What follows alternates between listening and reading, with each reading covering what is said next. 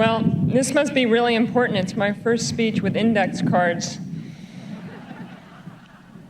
Thank you so much, Martina, for making the effort to come here today and being my presenter. I can tell you when I received that phone call, I think it was like October the 12th at about 5:30 in the afternoon, down in Deerfield Beach, Florida. I was called off the practice court because Martina was calling. And it resulted in this 10-year partnership that we are both so very proud of, and is certainly one of the main reasons why I am standing here today. I can tell you the view I had alongside the greatest complete tennis player of all time, someone who's won over 160 singles and doubles titles, was spectacular. And I can tell you her view as my opponent was equally spectacular from her point of view. But as she mentioned, I did have a couple of wins, and I'd now like to devote the rest of my speech to those wins.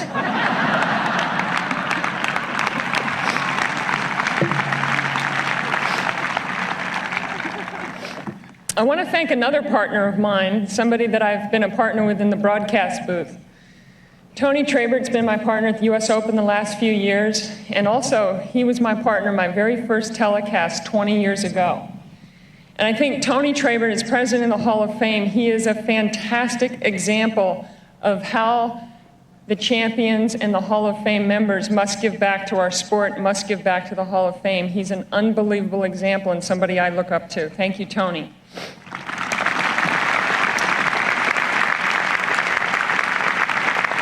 While we're on the Hall of Fame, and folks, I want to thank Mark Stenning and all of his staff, to Jan Leschly, the chairman, Joe Coleman, somebody near and dear to women's tennis as well as the Hall of Fame, and a fantastic volunteer leadership that is really inspiring.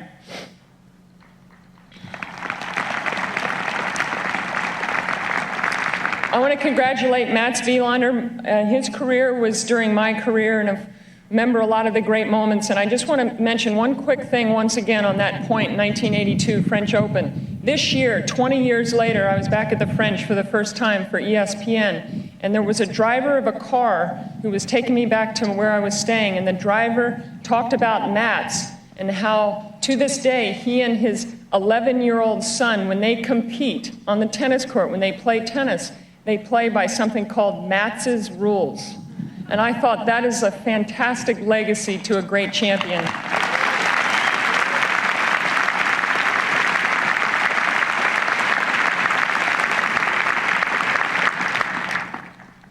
Well, I've already had several mentions of partnerships, and it's something so important in one's life.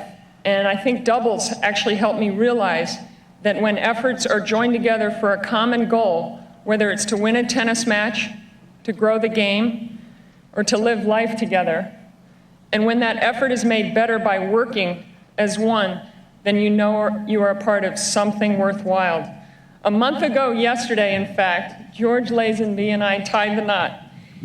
And he's worth applauding, believe me. And this now is the partnership that I cherish most. It's the most important partnership going forward. I've found in the past 6 or 7 years, as my playing career slowed then stopped, that my ability to be open to and be committed to the ultimate partnership has grown. I do wish, however, that George had been able to see one or two of my good matches instead of the 4 lousy sets of 35 and over doubles last year at Wimbledon. And therefore, about a month ago, when my mom shipped some stuff back from Baltimore to LA, there was a videotape of my last really good win in singles. It was over Groff at Madison Square Garden in 1988, her Grand Slam year. So over breakfast one day in the kitchen, slipped in the tape, and we got to watch Shriver beat Groff. And let me tell you what, it was really the best breakfast I've ever had.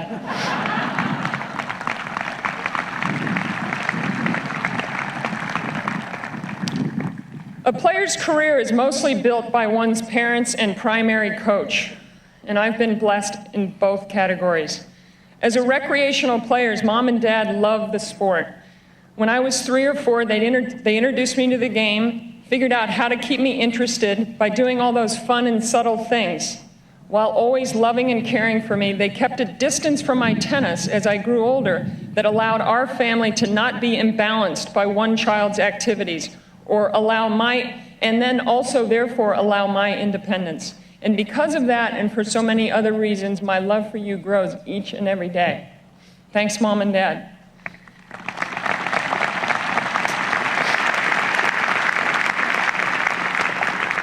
A partnership is also needed between parents and the children in the family to have that healthy family atmosphere. My sister Eleanor is here, and I want to thank her for all of her support.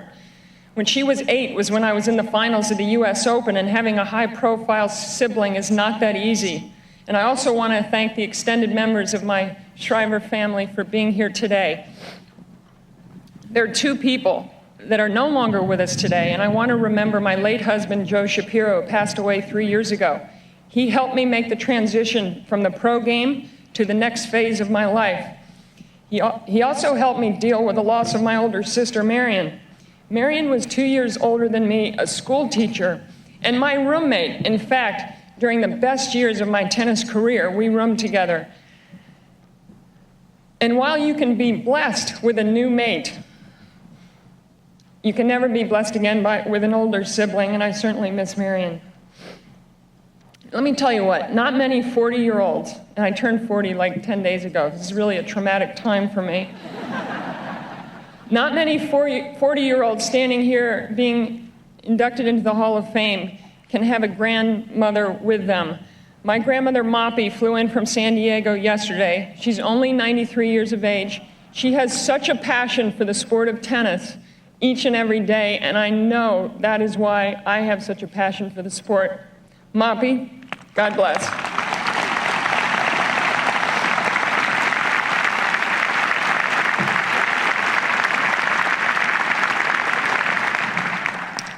When I was 9 years old, I got in my Christmas stocking a gift certificate for a tennis lesson from Don Candy.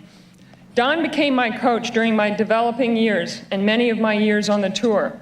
He recognized early on that a tall, duck-footed, attention-deficit child should serve and volley, should attack second serves and approach on short balls, basically smother the opponent from the net.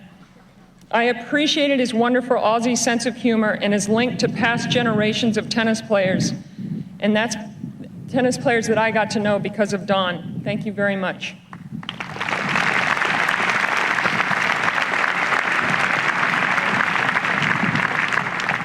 There were 3 other very brave men who also took turns coaching me, and I was not easy to deal with. I had a temper, a petulant streak, as well as an overdose of stubbornness. First, Jeff Lambourn, who was the first coach to really help me, not just with my game, but on a regular basis, pick me up at age 11 and 12 from school, take me to the practice courts, and making sure during the Baltimore Winters that I played some tennis. Starting in 1985, Hank Harris coached me for the next 5 years. Hank and Elaine, actually, his wife, they met at a tournament in Zurich. So even Hank's life changed because of my tennis. And they're both here today. Eric Riley, he had the tough job, the mop-up job at the very end, the backside of a career that we had some fun moments, but believe me, it was not all sunshine in the 90s for Shriver. But we had a great time, lots of laughs, and I appreciate everything you did. I have many friends from Los Angeles, Baltimore, my hometown, my dear hometown, and the tennis world. I want to thank them as a group for all their support, and you'll be grateful that I won't thank each and every one of them individually. But I would like to mention a few that sort of take care of some important categories. First off, housing. When you're a tennis player, even a junior tennis player, oftentimes you get to stay with families. And I have had the most fortunate family here in Newport, Richard and Dee Gordon, who've been my Newport family. Thank you very much.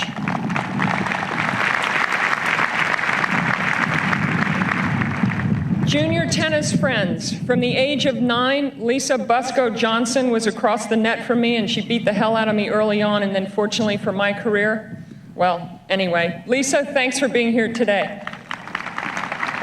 Tournament directors and promoters, Sarah Fornashari. I'm going to read these. You guys hold your applause to the end. How about that? Tournament directors and promoters. Sarah Fornashari was the tournament director, the first tournament I played when I was 15 years of age in Washington, D.C., and the last tournament I played at 37 years of age in 1997. Sarah, thank you. Agents, Jill Smoller is here, and she's helping me today with my broadcast career. I want to thank you very much.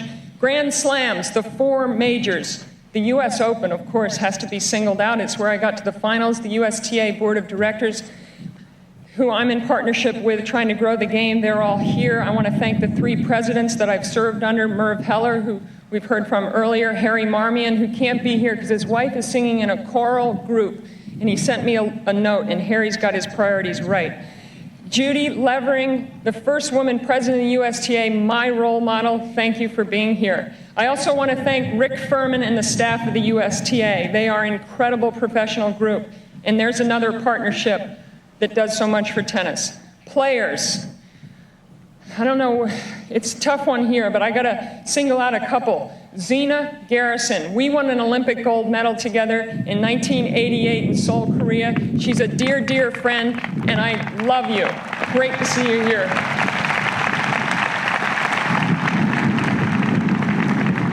My broadcast partner, Mary Jo Fernandez, was supposed to be here, but her 6-month-old came down with an ear infection. We played the U.S. Open finals in '89.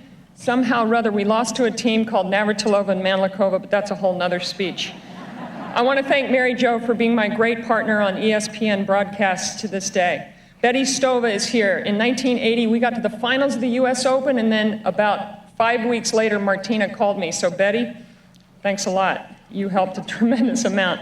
Women's sports legends, a group that are here represented, and 2 individuals that just are incredible. Rosie Casals, who's become a dear friend and lives in Northern California, and of course, Billie Jean King. Every woman tennis player who ever stands on this podium from here into eternity ought to thank Billie Jean King for all of her efforts and her leadership.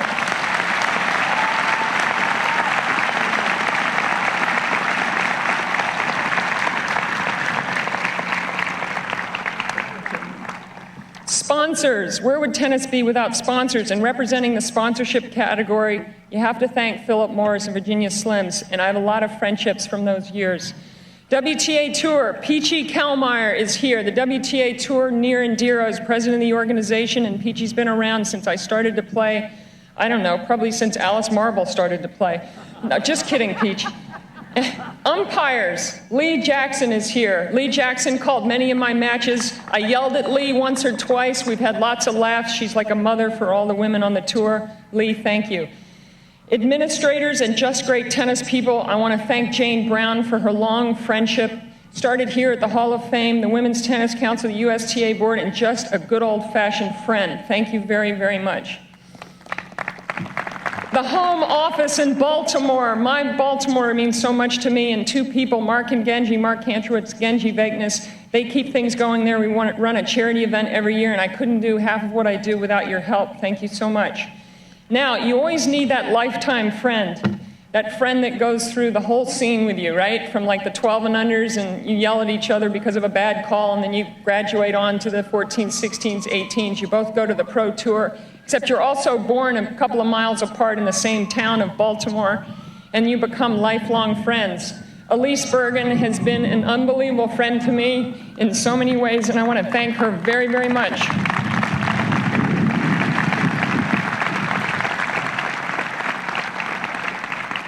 I'm on the last page of the index card, so. As you can see, I've been blessed with great relationships and fantastic partnerships. The sport of tennis, particularly doubles, teaches you in subtle ways about being a good partner. I truly believe what matters most in life is the quality of your partnerships.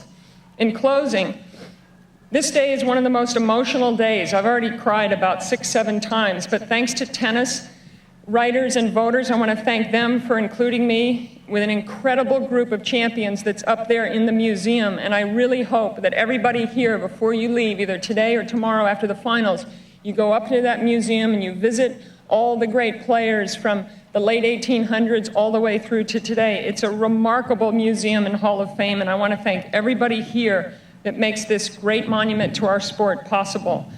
It is truly humbling now to be on one of those columns up there as you walk into that first room and to share a column with Lendl Navratilova and Mats Wilander. So in closing, I want to thank again my partner of 10 years, Martina Navratilova, my friend for life, for coming today. She brought her beautiful dog with her as well. What's the dog's name? Madison. Martina's one of the great animal lovers of all time, and Madison made the trip as well. In the meantime, enjoy the tennis as well. We've got some great matches coming up, and God bless everybody.